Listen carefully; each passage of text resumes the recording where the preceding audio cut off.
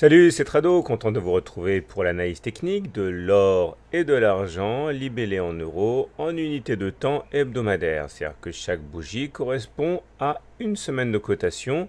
On va commencer avec l'argent, qui est un petit peu le maillon faible du couple or-argent.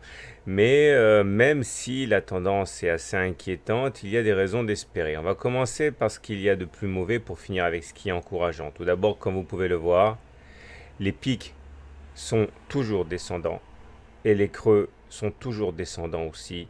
Donc au regard de ce système assez simple, on voit bien que la tendance de fond est toujours baissière sur cette unité de temps pour l'argent. Maintenant, il faut bien comprendre qu'il y a des raisons de relativiser tout ça. Tout d'abord, on est toujours au-dessus du nuage. Le nuage, c'est la zone qui est verte, bleue, là, et tant qu'on est au-dessus du nuage, eh bien, on n'est pas en tendance baissière. Et vous voyez que malgré les attaques assez nombreuses, on ne passe pas en dessous du nuage pour l'instant, et on n'est pas descendu en dessous du nuage depuis février.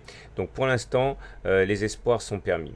Ensuite, regardez, là j'ai tracé une fourchette d'Andrews. Ça se calcule ainsi, une fourchette d'Andrews. Vous prenez trois pics et creux successifs, trois extrêmes successifs, 1, 2, 3.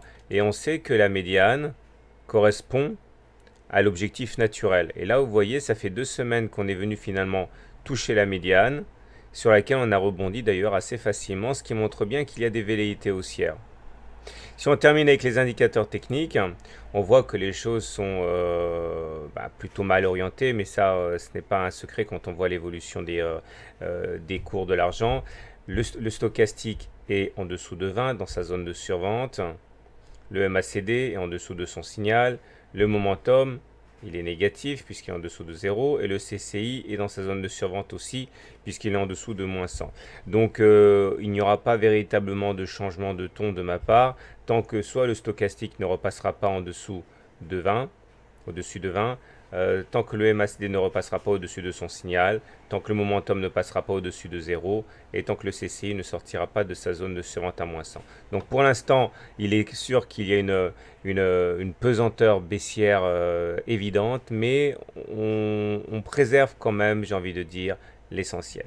Place à l'or maintenant. Donc pour l'or, c'est un petit peu la même rengaine, hein. Comme vous pouvez le voir, eh bien, les pics et les creux sont également descendants. Pic, creux, et tant qu'il en sera ainsi, eh bien, on ne pourra pas changer d'opinion. Il faudrait repasser idéalement au-dessus des 35 500 € le kilo pour initier des pics ascendants. On est quand même plus proche de faire des plus bas que d'aller faire des plus hauts ascendants, hein. Maintenant, là aussi, il y a des raisons d'espérer. Tout d'abord, là aussi, on est au-dessus du nuage. Et quand on est au-dessus du nuage, vous l'avez compris, ça veut dire qu'au regard du système Ishimoku, on est toujours en tendance haussière. Regardez, on est passé au-dessus du nuage ici. Et depuis, eh bien, quand même, on a connu une progression assez significative. De la même manière, on voit que les cours sont en train d'évoluer à l'intérieur de ce qu'on pourrait qualifier de grands biseaux descendants. Or, il faut savoir que les biseaux descendants se cassent plus souvent par le haut que par le bas. Donc ça aussi, c'est également encourageant. Et si on regarde les indicateurs techniques, vous voyez que là aussi, c'est globalement négatif, mais il y a un signal encourageant.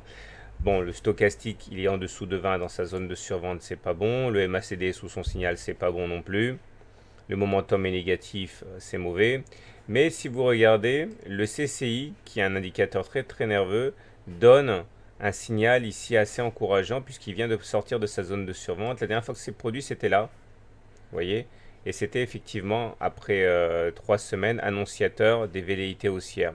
Donc voilà ce à quoi on peut se raccrocher si on veut être optimiste. De toute manière, il est clair que l'avenir de l'euro va nécessairement jouer sur la valeur de l'or et de l'argent libellés en euros, à suivre notamment après le référendum grec de ce week-end.